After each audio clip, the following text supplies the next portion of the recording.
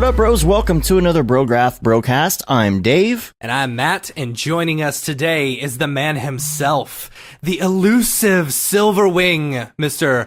Raphael Rao. Thank you. Very nice. And Brograph is a supplement to our site, Brograph.com, which is a motion graphics tutorial site with tutorials, plugins, podcasts, and other MoGraph stuff. And on the show, we talk about everything ranging from motion graphics to Cinema 4D, After Effects, plugins, render engines, doing business, doing taxes, being a contractor, or working for the man. And you can email us, brograph@brograph.com. Let us know what you think about the show and send in your suggestions on what we should talk about. Comments on the show, questions about technical stuff. Doesn't matter if it's noob or experienced. It doesn't matter. Everybody's welcome. We all like to talk about different levels of everything in motion graphics. So this week, first of all, wanted to talk about what's going on right now. It's the Grayscale Gorilla one-day sale. 40% so those who off. are listening live, those who are listening tomorrow when we actually edit this, sorry, you missed it.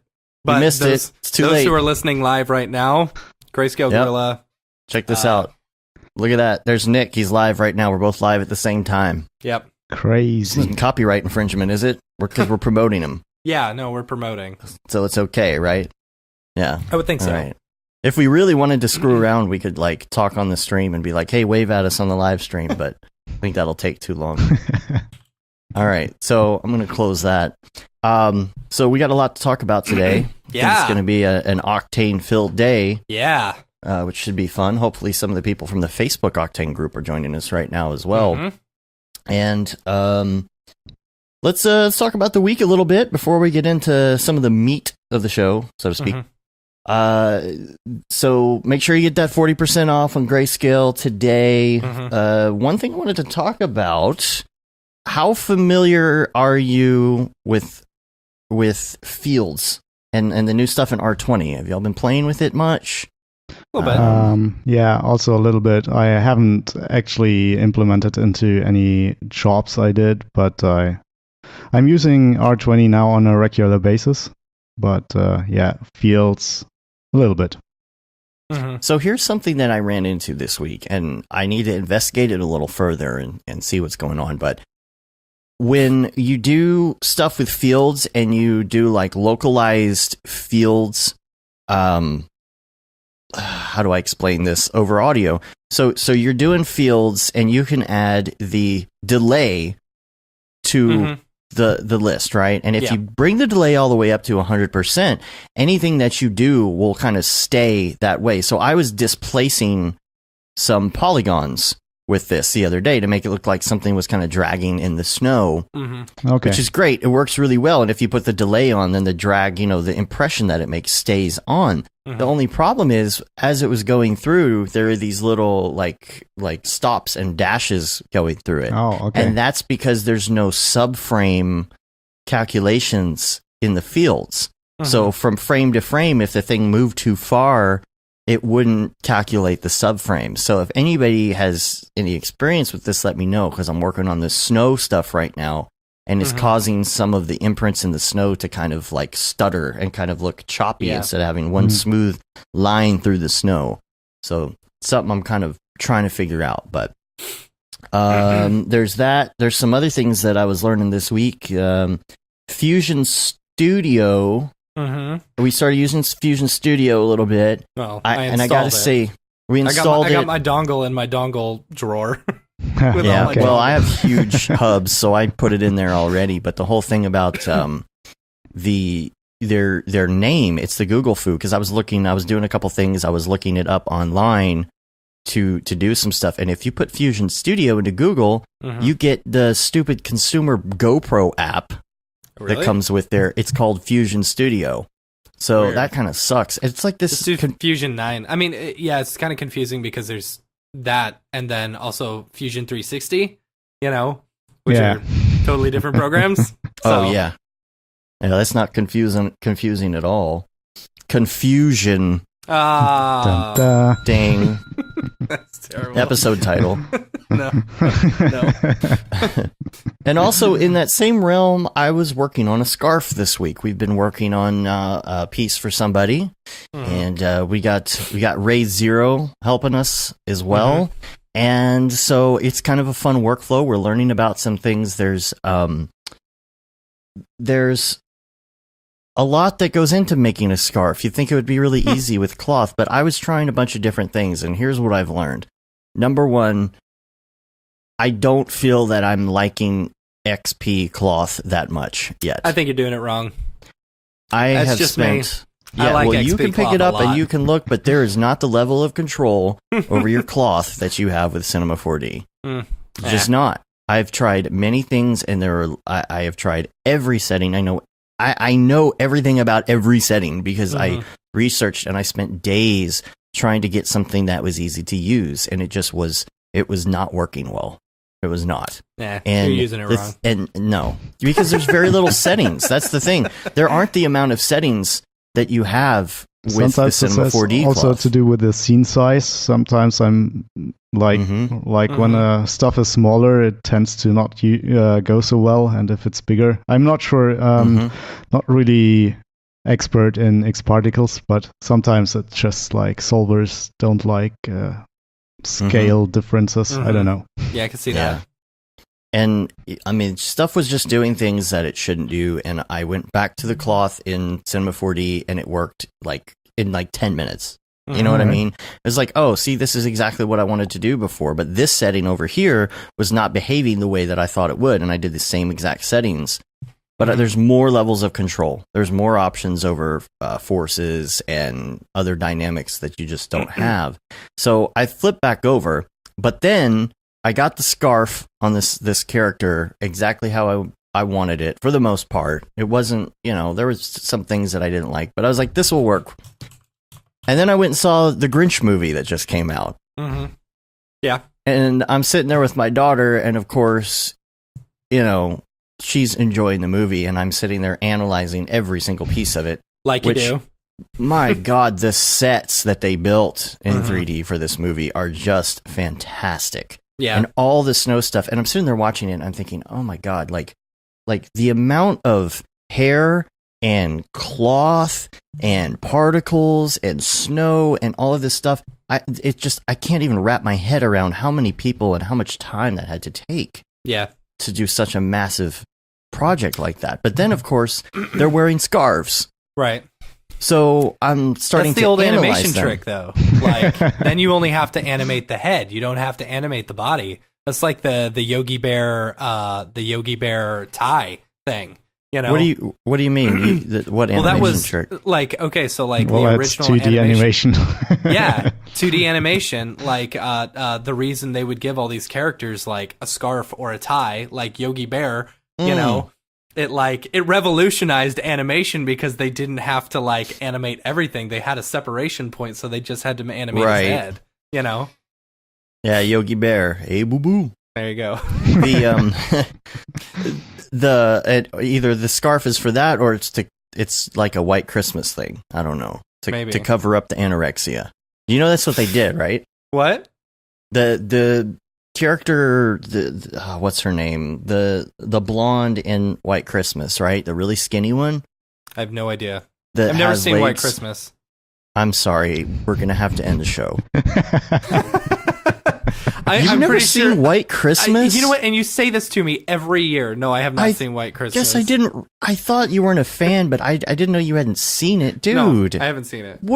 Dude, it's classic Christmas. You have to watch it this year. Okay. It's in the theaters this year. Like, I'm going to go see it. And so I watch it over and over. So I know, I know all this stuff. And look, Liam hasn't seen, what in the world is going on? You people not seeing White Christmas. So here's the thing about White Christmas, and I've totally gone off on a tangent now, but the woman in it is extremely skinny. And come to find out, she was anorexic back then. So you see her legs in this movie when she's dancing. It's ridiculous. My mom calls her pony legs, and that's kind of stuck, and the family calls her pony legs. Okay. But come to find out, last year, doing a little research, she is wearing either a scarf or a turtleneck in every single scene because she was so anorexic, they wanted to cover up her gross neck. Okay. All right. So, you got to find out, you got to look into all the stuff about this movie. Like, there's so much. See, little do people know that's actually why they gave Yogi Bear a scarf as well. Yeah, he To was cover up anorexic. his anorexia problem. Probably, yeah. Actually, no, he's bulimic. He would eat all the picnic baskets, and then it was just his thing. He'd go puke it up. He'd go get another picnic basket. Right. It was an addiction. Yeah, Liam says I wear a scarf to cover up my extra neck. By the way, funny. Liam and I, on occasion, people when they happen to see us at a meetup or something, Here it comes, y'all. might confuse us Mm-hmm. a little bit. Yeah. And in order to keep up that tradition, after Liam shaved his head, I shaved my head as well. Yeah. So, What? yeah. Show the stream, Yeah, I Dave. shaved my head. Show the okay, stream. hold on. Show the I gotta stream. take off my headphones. Everyone wants to see it. Here's where you break the internet. Oh. Oh, it's shiny. There you go. Shiny. It looks so good, dude. You look really good. Can I? What do you think? Do I pull it off? A lot of people have said, Yeah. yeah you pull it off. Yeah. I didn't think You I totally could pull do. it off. And I told you from the very beginning you could. Well, So. here I am. But now my head's cold, so I'm gonna put my beanie back on. Hold on. It's funny. Gotta put on that scarf to cover up the anorexia. I can't hear you because my headphones aren't on. But I'll tell you, it's really hard to put on a beanie with your head shaved. Yeah, I know. It's like Velcro. It's like Velcro. It's Ooh, interesting. there we go. Yeah. This thing's getting stretched. Anyway, it's not Cool. not as even as it was before. Anyway, let's go on to the next thing. So, scarf. So let me tell you what happened with the scarf. Okay. Mm-hmm. So I was looking at it and I was admiring how well it was flapping in the breeze. And then I realized the mistake that I made. Now, I know when you do cloth, Mhm. sometimes it's better to keep the poly count low Yes. on those. Because if you have too many polys, it gets really complicated. Sometimes it gets garbled and weird. Mm-hmm.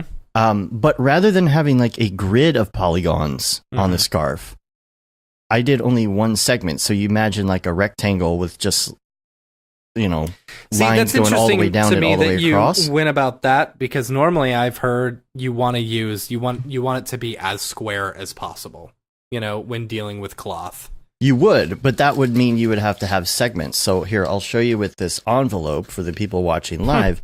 If you have a flat piece of geometry, but you have a ton, not even a ton, but it's divided into, let's say, 100 squares. When the dynamics happen, you're going to get like these crinkly things going on in all directions. But if you take it and you just do segments, just one after the other, all the way down, you get this nice even floppiness that happens. So it with won't bend in on itself. It'll only bend. Right. It'll only It won't. bend. It will only bend in the one direction. Which Yeah. I kind of had that epiphany during the thing, and I rushed back here after I watched it, and I changed the scarf I gotta again, go. like a third Leave your time. kid at the Yeah. See ya. So I rushed back, and for a third time, I redesigned the scarf, but I did it so quick, and I was like, oh my gosh, like this saved me so much time. And of course, after seeing that, I added a bunch of hair to the scarf to make it look nice That's and always furry, nice, and it's yeah. great.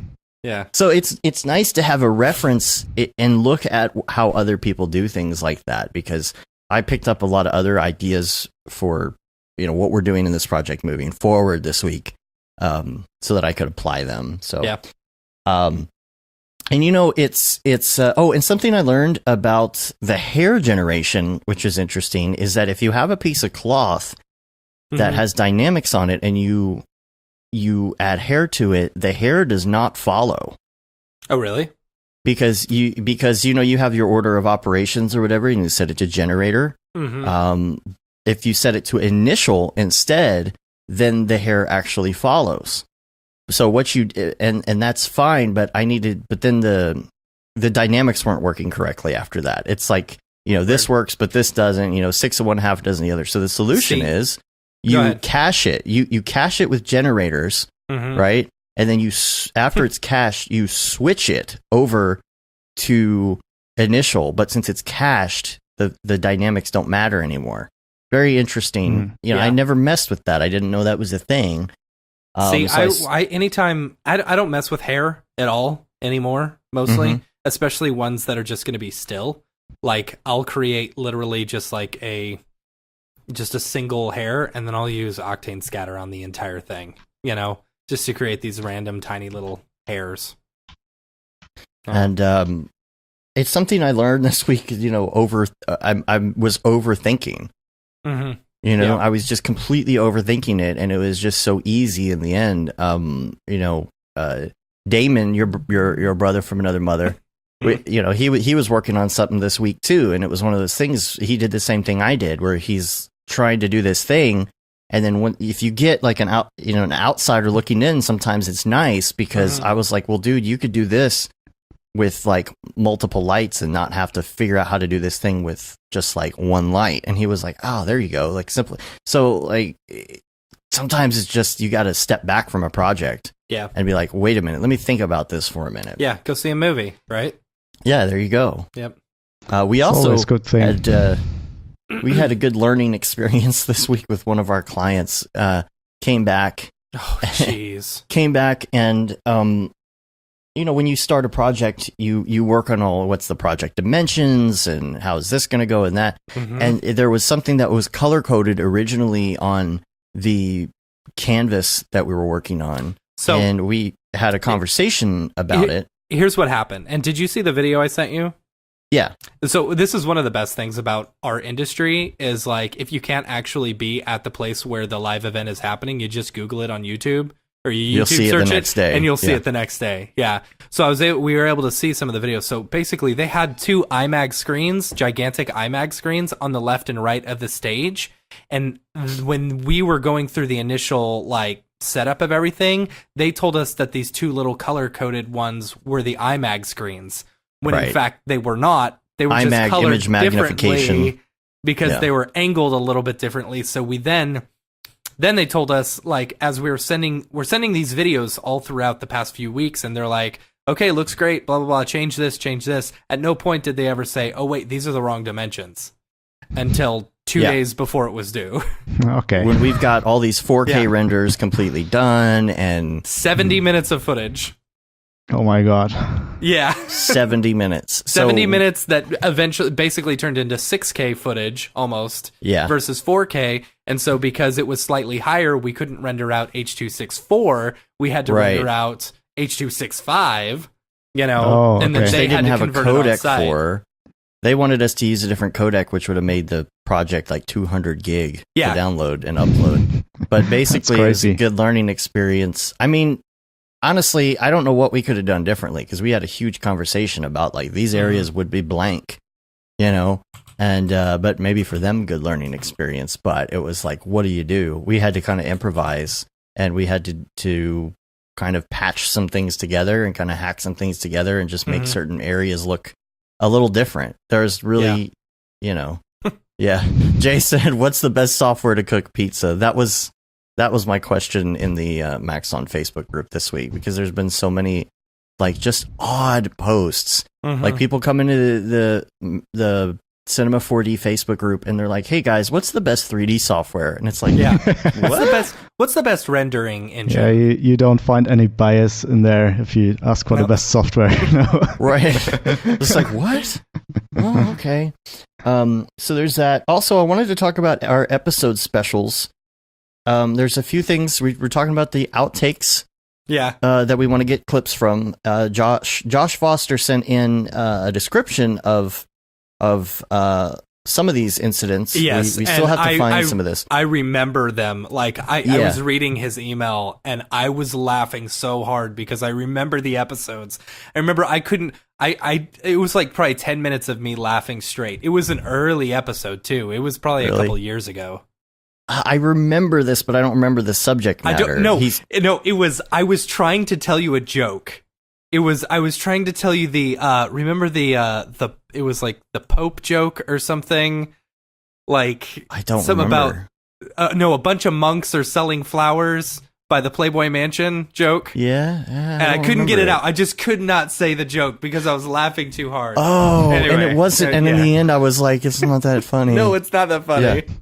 Okay, so Josh said, "Hey guys, just caught up through your latest episode, and I heard Dave soliciting podcast highlights. There's two moments that stuck out in particular. I believe the first one happened summer of 2017. Dave said a really corny joke, and Matt lost it.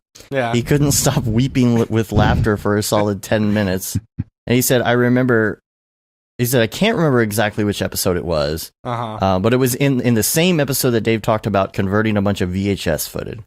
And speaking of losing it, my second highlight from episode 89, when Dave gave an in-depth breakdown of his bowel movements following his return from Mexico, I remember it vividly because I had just started chowing down at McDonald's right before Dave started giving us all the juicy details. So Okay. So yeah. So remember, over the next year, we'll be working on some of those highlights. Real classy here at Brograph. Real classy. Real nice. So a couple other things we're going to do pretty soon. We're going to work on a primer episode. I feel like sometimes when you come to the episode for the first time, you're like, well, what is this? What does Ravcock mean? I don't understand. What are these inside jokes? We're at 162 episodes, and there's a lot of inside jokes. So right, and if you're new to the program and you're just like, you might go back and see, okay, like, oh, the Beeple episode or something like that, but you're not going to go back to like episode 2 and listen to us talk about Octane 3.1 or something, you know? So we were talking about that for a couple of years. Yeah. So there's kind of this whole thing where, you know, if you're new and if you're telling somebody about the show, there should be a primer episode that they can check out and understand what the show is before they really like go into it. So we're going to try and create or something. That. Yeah. And the other thing that we're going to do, we were talking about for a Christmas episode, doing an episode that is not about motion graphics. It's going to be like Brograph around the fire. You know, I'll change the green screen. Yeah, we'll have like a fire sound effect in the background the whole time. Yeah, we'll find some pod safe music that's Christmas related. Right. We've got some that we bought for our Christmas card last year. We'll just use that. Yeah. John Paul in the chat says previously on Brograph. That will be the name of the primer episode. Good one, yeah. Previously on Brograph. But the Christmas episode, though, what I wanted to ask is we're going to be talking about anything not motion graphics related. We're going to talk about parenting, dieting, you know, whatever's on people's minds. So if you have some stuff that you want to put in the Slack channel and ask about, it's just going to be fireside chat. Maybe I'll get a glass of scotch or something. You know, I'll do like what's his name? Ron. What's the guy's name from Ron Burgundy? No, not Ron Burgundy. From Ron. What's his name? Why is my yeah? The only Ron I can think of is Ron Weasley. From Parks and Rec. Ron. It's Ron, right? Ron. Why is Ron Swanson?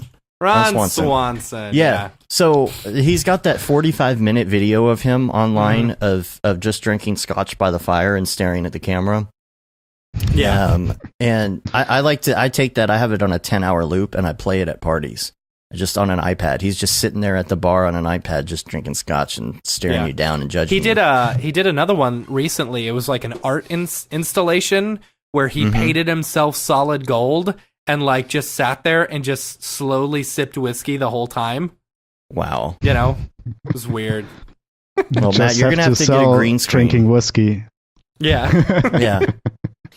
Yeah, Matt, you'll have to get a green screen so we can put the fire behind both of us and just... Right.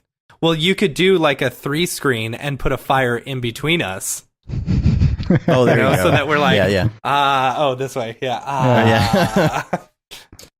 So we'll be doing that not next week, but I guess the week after, which would technically be after Christmas because we're not going to broadcast on Christmas, but it'll be our after Christmas special. Let's do that.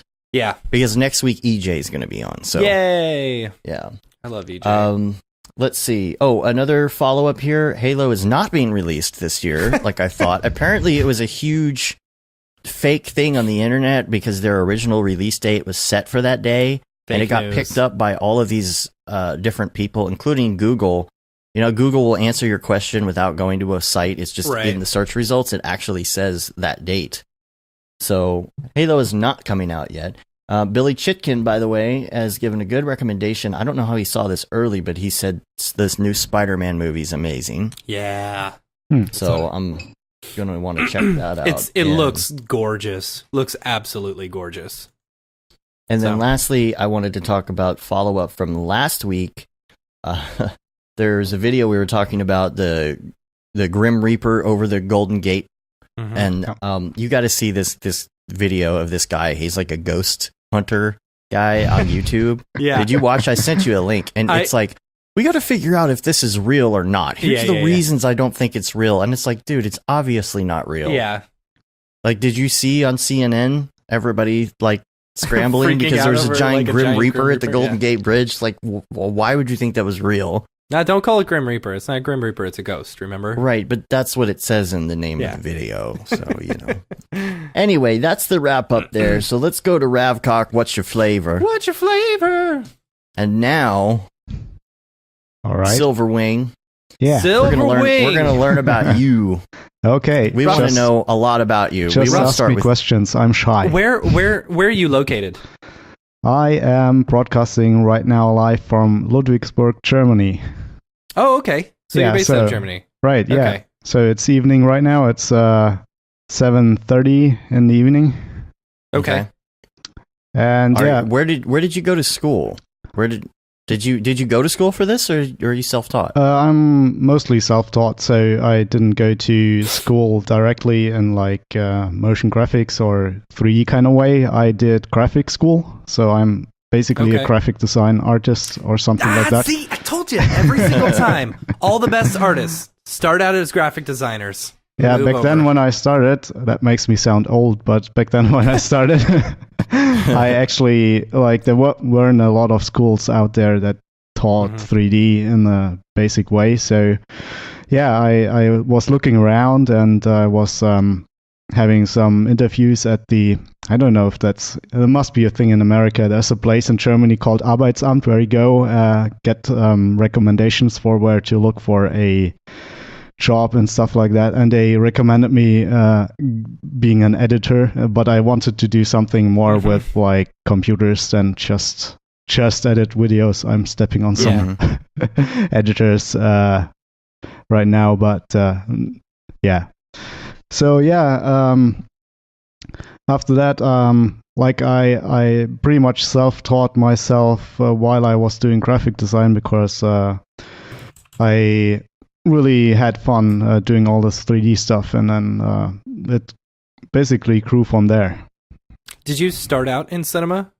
Yeah, basically, yeah. The funny thing is that probably I shouldn't tell that, but I got a CD with RIP files on there, so I tried to install 3D Studio Max back then. It was like a 386 computer, very slow computer. Nice. So I installed it, and I hadn't a lot of ideas about computers back then. So it asked me if I want to install the GPU version or the one that just ran on the CPU, and I thought, oh, that sounds fancy, and I clicked on GPU version, and that made it crash every time I started it, so I didn't use it. And the next in the line was Cinema 4D, so I just tried that one, and that worked quite light out of the box, and that's why I'm using Cinema 4D basically. I actually started in Max on a pirated copy. Back then it was dongles though, so I don't know if I told this story on the show or not, but some friends of mine they went to a different college, and there was an old box of 3D Max and like 20 dongles that nobody had used, and it was dusty and dirty and gross, and it was just sitting in a closet, and they just took it. And they were like, hey, do you want a dongle and install 3D Max? And I was like, sure. And I installed it, and I already knew 3D from like Infinity and other programs, but like that's how I got into like the more modern programs. So I think we've all been there in one way, shape, or form. Right. You know, you got to learn somewhere, I guess. So yeah. What was it about 3D versus graphic design that just really drew you in? That's an interesting question. I guess it was kind of the technical aspect also. So I'm always was very interested in technical things, and yeah, also like photorealistic stuff always got me. So when I was at school, I was always like doing some read ups on artists that could draw in oil very realistically and stuff like that. So I always was fascinated by that. So it was like a more or less logical step to go to 3D because graphic design's meant to be stylized and rather like what to say, like flat, I guess. Maybe back then more than nowadays. Nowadays it's like also like think they have merged more together today than back then. Back then it was like more straight, like graphic design was very flat and like distinguished or simple, and then there was the 3D that was more in a kind of realistic or sketchy way. Not sketchy like sketchy, but like the hardware was not like it is now too, so it's harder to do certain things. That kind of kept the separation going. A couple of years before I started, there was a Photoshop version where there was no undo. I was lucky to not have that. So, no undo? No, and no real layers. So you had to really, like, it was until version 2 or something, it was like that. Yeah, I remember when the layers showed up. I can't even imagine working in a software where you can't undo. Right. Jeez. Yeah. Yeah, speaking of I that, remember seeing layers and I was like, what is this? In the standalone of Octane, there wasn't an undo in the beginning too, so... Really? Yeah. That's funny. Jeez. So, David Ariev, I asked him if he wanted to be on the show, but he's like buried in projects. Right. As are we. He will be on, we already have a date set for him to be on in a few weeks, but so he couldn't make it to the show because I know he's a big fan of yours and he would have some really great questions and things. But I did text him this morning and I said, I asked, do you have any questions? At least maybe you could forward on to me. And the one thing he said was, he wanted to ask you is, where do you get your insanely deep knowledge of rendering, and what sources do you use to come to a better theoretical understanding of it all? Because I see some of the stuff you post, and these crazy node trees in Octane, and like this deep understanding. Watching your video the other day about your still life, and all the stuff about the deep understanding of how ray bounces work, and just all of this stuff like that is such a background knowledge to have, you know, that you don't necessarily have to have, but it makes you better if you do. And we're all learning from you and others, you know. That's great. Where did you learn, you know? Yeah. It's like...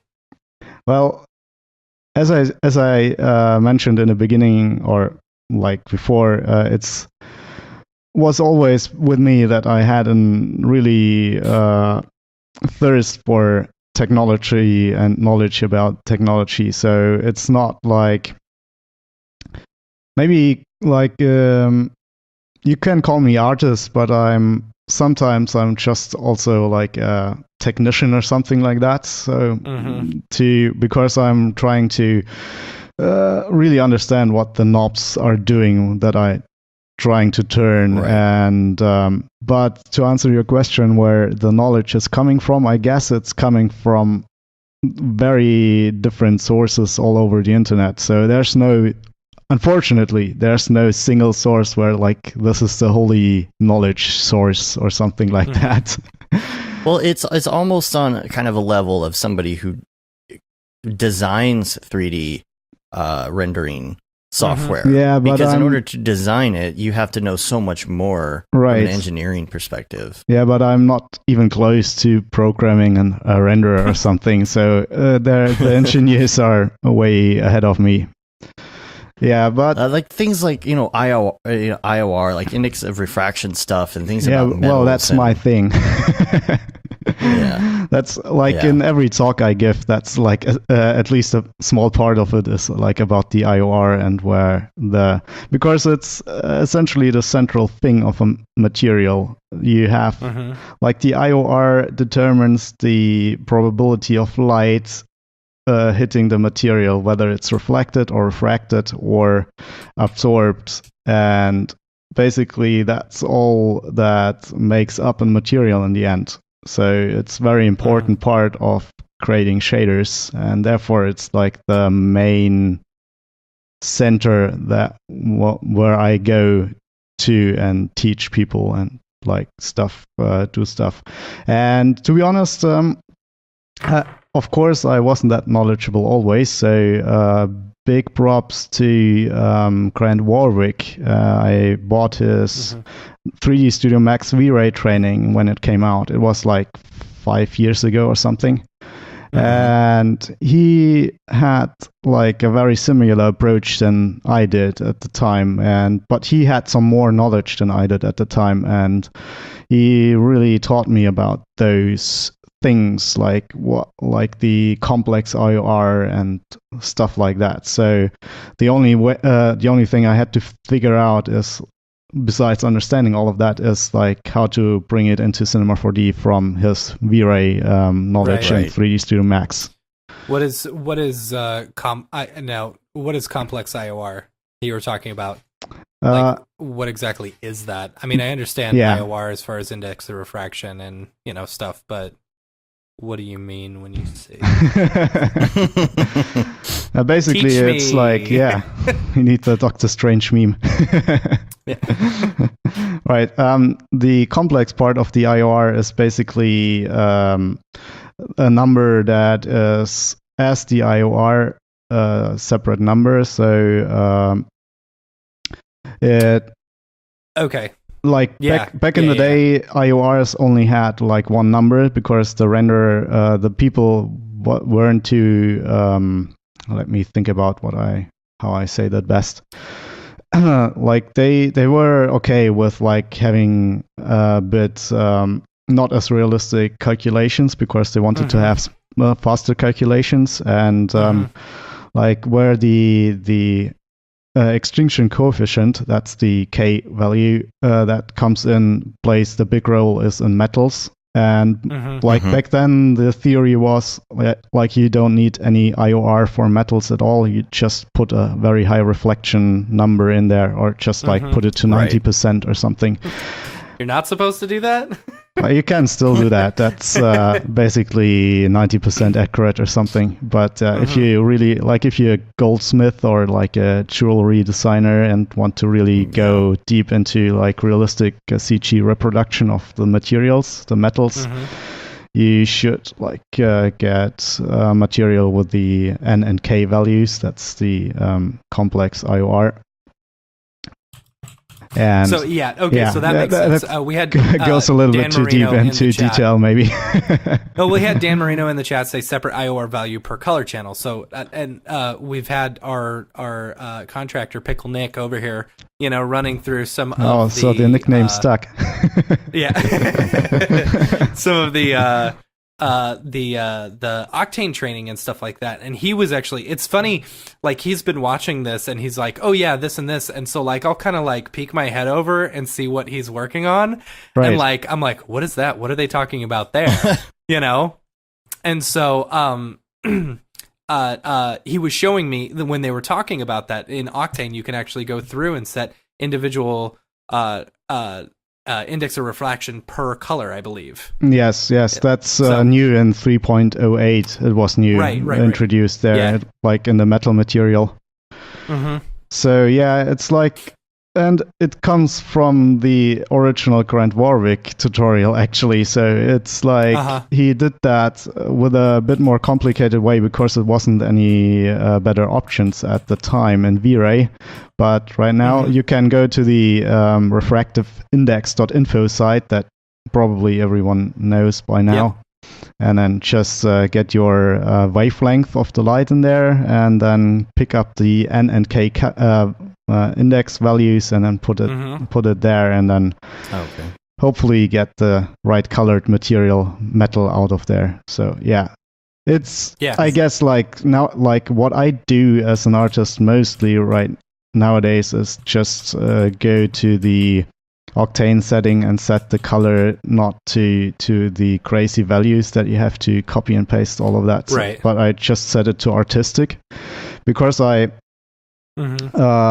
like to get the color that I want in the material that I would pick. Like if the gold is too greenish for me, I want to give a little bit more red to it or something like that. And with like the scientific values, it's very hard to control that. So what I normally do, I have checked that, and it's actually quite accurate. It's kind of like Octane reverse engineers the formula from the colors you give it, and then produces scientific values of that color you give it. So it's quite a good way without losing too much realism, if you and still being like artistic, valid with like having a bit more red in your gold and stuff like that. So Well, I was watching your presentation this week. This is on the Maxon YouTube channel, where you break down this still life. And I mean, it's just great. It's really great to see like the breakdown of this, because still life stuff is kind of like the trend right now. Yeah, somehow. Thank goodness. You know what? I could look at a million still lives versus like looking at another whatever. Well, the Pixel Lab is having a contest, by the way. If you get their their email, and the examples that they have, of course, are yours, David Brodeur's, and Aaron Coverett's. Of course, they spelled it with a K instead of a C, but this is great. It's okay. Also very good still lives. Yeah, so. But they're having like a contest for cash prizes or something, I think, for whoever can do the best still life in their contest. So I was also watching this, and I noticed you were talking about Marvelous Designer, and was it Cornelius Damrick you talked to for the cloth?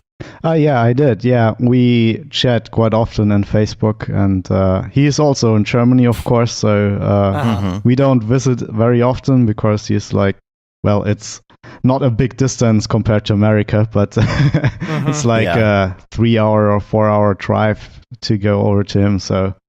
But every now and then we see each other on conferences and stuff, and he's really nice guy. He was on your show before, right? Yeah.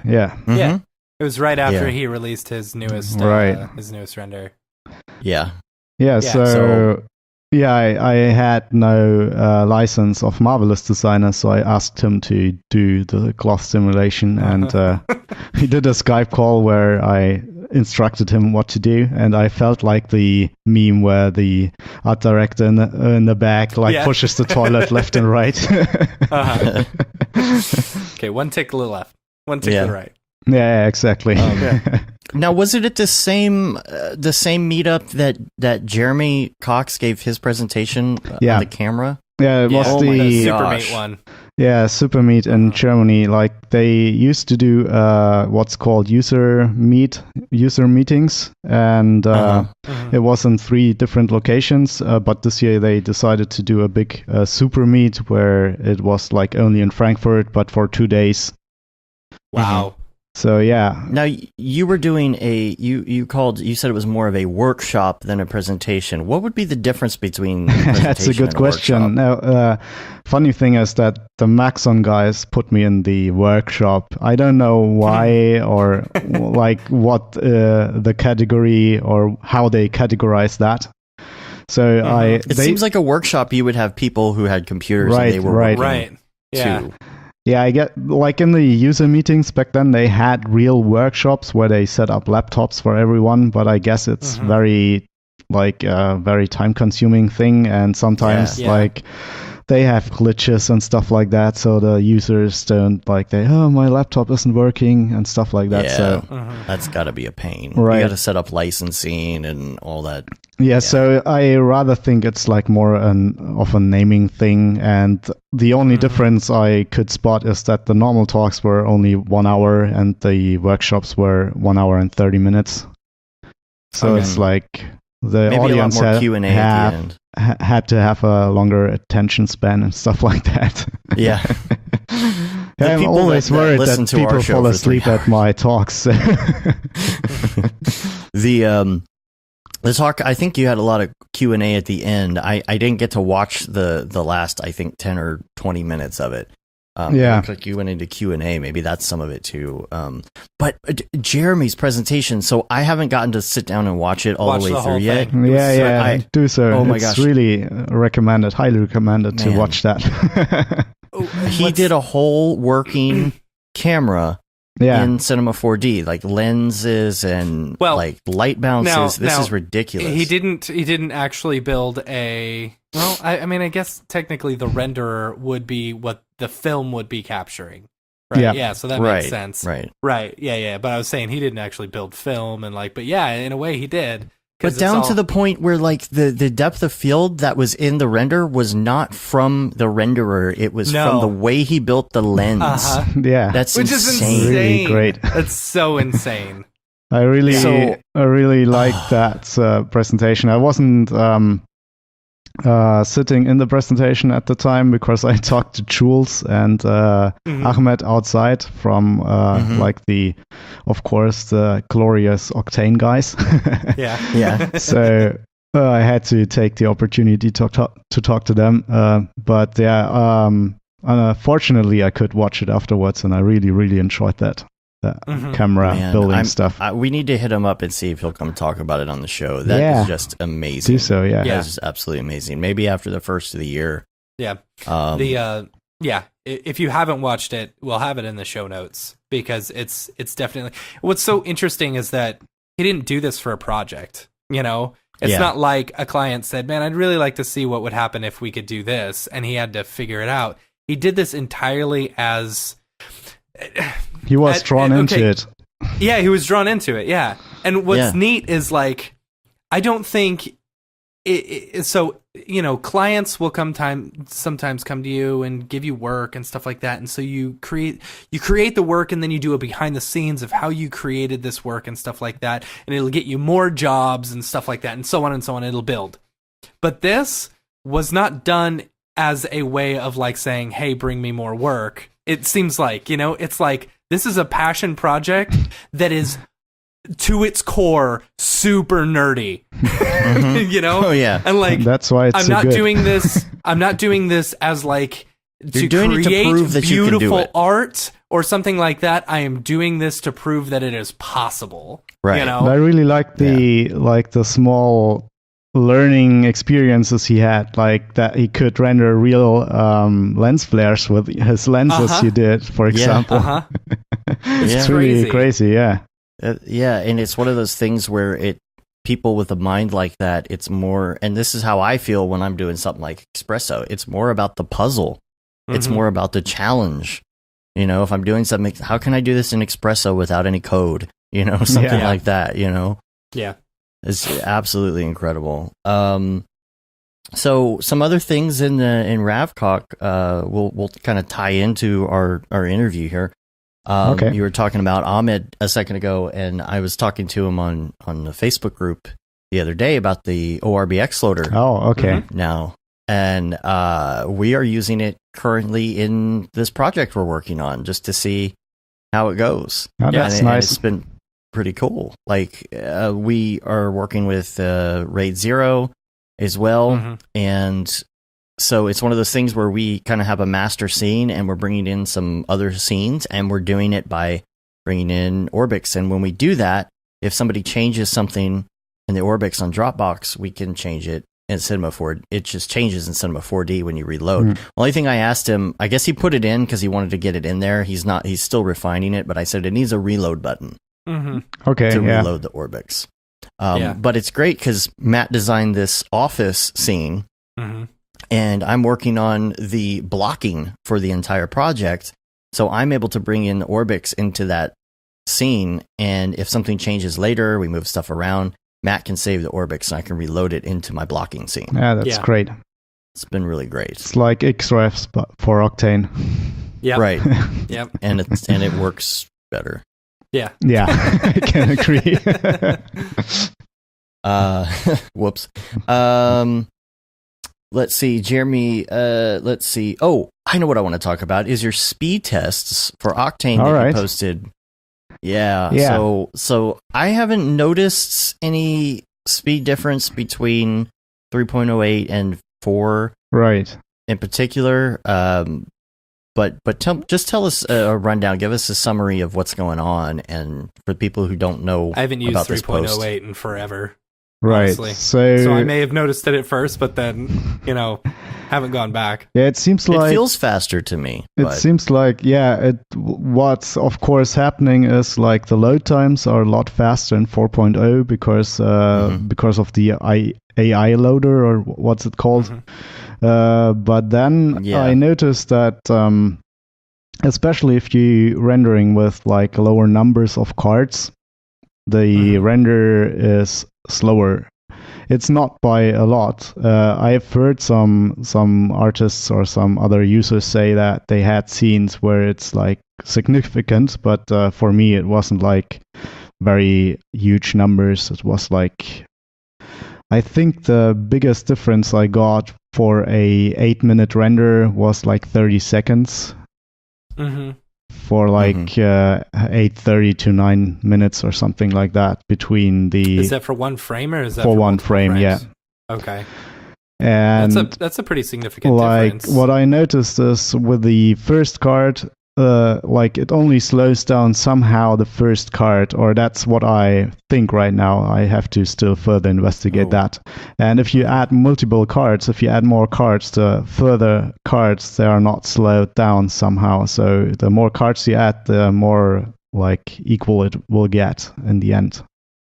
Have you heard anything back from them regarding this, or in forums or anything? Like Jules asked me to do some more in-depth tests, and I yesterday did some and sent it to the Facebook thread where I posted it initially. And let's see. I guess he's interested to solve it, of course, because what like the discrepancy is that if you run the benchmark it's a lot faster than the 3.08. Right.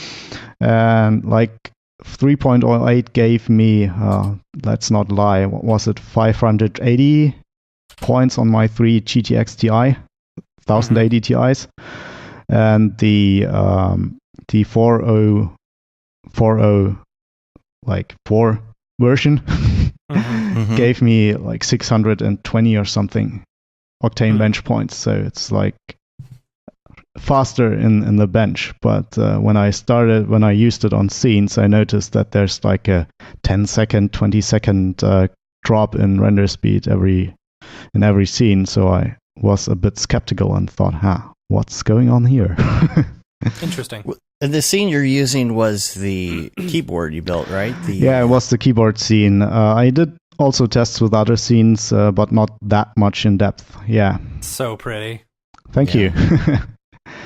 Yeah. So are you working a lot now with these mechanical keyboards?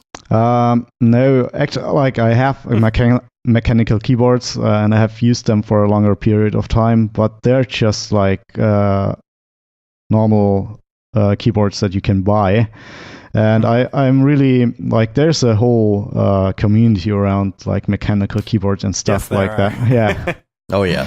So I was getting really interested in that, and so much so that I wanted to design my own keyboard that I would want to use, and so I did. And like I really like the keycaps of the old like Commodore and stuff like that. Yeah. So I tried to recreate those. Yeah, there's a lot of knowledge out there with different keycaps and what manufacturers do what keycaps and stuff like that. So, so do you have this particular setup now, or no? It's like just I was just building it, so it theoretically could be rebuilt if you had the resources and money and like time. Yeah. But right now I'm just using my old 5 or 6 year old Corsair mechanical keyboard. Yeah. So it works fine. I got the Razer. I think All right. Matt, you got the same one. Yeah, I've got the we same make a one. lot of noise. Yeah, they do. Yeah, I share the office with another freelancer here, Thomas, and he like always hears when I'm chatting on the internet because then it gets clacky. One thing we didn't get to talk about last week, that's probably a good topic right now, is the Titan RTX. Oh yeah. Yeah, That was There were that was announced influencers last leaking week. Yeah, yeah. So there was a few pictures that went out in the wild, which was really funny because, like, I don't know. You see, normally whenever you see a leak, you know, it's from like a I don't know. It's from someone at a factory, you know, being like, "Oh, I took this," you know, or something like that. But you Foxconn. don't normally see people who are like companies who are under NDA accidentally like posting a picture with it like right out there in the open, you know. So I'm thinking to myself, I'm like, these are probably kind of orchestrated leaks because there was 3 all in the same day of the Titan. It's like, oh, That's check out my new suspicious. 1080 Ti. Yeah. And then over on the side, there's this thing that says like Titan RTX on it. Yeah. And you're like, wait a minute. Why aren't you talking about that? Yeah. So, but yeah, it was a nice little teaser. They marketing. released yeah. Yeah. Yeah. They, Yeah, but $2,500 is not bad. not bad at all. Especially, what is it, 24 gigs of VRAM? Yeah, and you can I believe so. like use NVLink, so you have like Yeah. double that. Yeah. Yeah, so am I correct in saying so NVLink like accumulates your RAM so that Yes. it's one. So if you're working in Octane and let's say you had a 1080 with what is that, 12 gig? 11, like that. I think. 11. Yeah. 11? Technically 11 wasn't that the like lawsuit? strange number. Yeah. But you NVLink that to your new Titan, then you'll have a cumulative VRAM number, is that right? Like it only works with RTX cards, so you couldn't Right. use any older cards. It's like sort of works like the bridge you had before, but Right. and I think I'm not sure about the Titan RTX, but on the RTX 2080 or in 2080 Ti's, it's like only possible with 2 cards at the time. So Right. interesting. So if you want to have like 22 gigs with 2 RTX 2080 Ti's, you would have to bundle 4 cards, so 2 and 2. Otherwise, you would end up with 22 on 2 cards and then 11 on 1. So it's down to 11 again. Yeah. Now, let me ask you this. If either of you guys know this or someone in the chat, like, what does it do as far as speed? Do you take now, are you just sharing the same amount of RAM, but the speed would be the same as if you were using the 2 cards just straight up? As far as I'm informed, it's like a small speed decrease, but it's not as much by a long shot as if you're doing out of core. Okay. Right. So if that's what I'm say liking. you've got a project that's only using up like 3 gig of VRAM, it would be better for you to not use the NVLink than it would be to use. Okay. But I guess you sense. can turn it off in the system, like in the NVIDIA driver That's settings or something. Super nice. Yeah. Yeah. Oh, so you don't have to physically detach the piece of I hardware. don't think so. I'm Okay. like I don't have RTX cards here, but Yeah. Well, see, my 2080, my thought when I saw the Titan RTX is I was like, oh, I'd love to get a Titan RTX now instead because I got room for it. Yeah. It would be super fast. I'd have that VRAM, and then I'm like, well, wait a minute. If I'm working with that and my 2080, I'm still going to be limited to whatever the 2080's VRAM is. But this is great. This is the solution.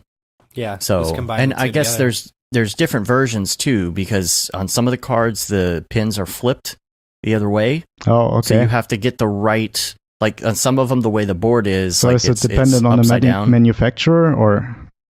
I don't know if it's the manufacturer or the card type, but I think that there are different types of links that you can get. Like some of them do the little flip reverse, so you can turn it the right way. But everything I see seems to be super like, and maybe I'm wrong, but to be like a hard piece of plastic with the things on it. Do they make a version that's just like a ribbon cable, or is that not a thing? Because what happens if you have like different spacing? I think it's like also and marketing, because like I think that thing costs $100 or something. Yeah. It's something like that. Yeah. All it is just some copper, right? Right. I guess. You can just like weld on just cables on there. Let's just solder each individual pin That's what to I each wanted other. to say. But it looks cool. I mean, I guess there's some other ones that are coming out too that are some other links. You think there's going to be like these third party like? You think that's a thing, or is there licensing? I don't know. Maybe Like you can buy stuff from what's it called, Alibaba or something. Yeah. Oh, there we go. You should go to Alibaba and like contract someone to make an off-brand version. Right. It's funny. So I'm interested in seeing that. Like, I'm like, I think Titan RTX is the way to go for me right now. Yeah. In my particular setup. So, Matt, let's get on that. Let's we need a couple of big projects to where we can just spend $5,000 on that. And, a piece. Yeah, somehow you get NVIDIA to sponsor you or something. Right? Yeah. There we go. I'll talk to them. Yeah. I think we could do that. We could do that. Yeah. Yeah, just talk to Deadmau5 or something. Right? There you go. Yeah. Also, there's a... Oh, go ahead, Matt. No, go ahead. There was that AI rendered video. This is NVIDIA. The AI rendered video of the city streets. That was pretty interesting. The NVIDIA stuff. Yeah. That's pretty. We'll put a link to that in the show notes. So basically, there's this project they did where they trained AI. Here's what city streets look like. And it's able to say, okay, this is a car and this is a building. And then like create and retexture just city scenes just out of AI. It's not a video. It's just it's pretty amazing. And they even were able to do kind of like what was the like deep fakes almost, where there was a guy that was working in NVIDIA offices. He's very kind of laid back. He's not he's very shy, like not a person who would dance Gangnam style or whatever. Right. And so they put his face on a like made a video of him doing that dance, but he never did the dance. Okay, I thought you were talking about like where they I saw some video where they would take a video of someone actually doing a dance and then they would have another video of someone like pretending to do the dance, and then they would link the two together, and it would basically re-rig the person to where they were doing the dance perfectly. It was something similar. Insane. Yeah. It was something very similar. But, he's one of these programmer guys at the NVIDIA office, very shy, very reserved, and would never do anything like that, Yeah.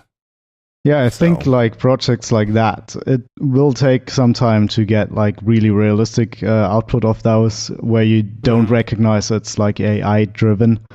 But it's a good thing when you need like make mock-ups and stuff like that to really share an idea real quick to someone and then get like artists do the proper version, I guess. So yeah, I see that. I see potential there to like that AI can be used to get ideas across more quickly. Hey, are you going to MDC in January in London by any chance? I haven't any plans right now, but I don't know. Maybe.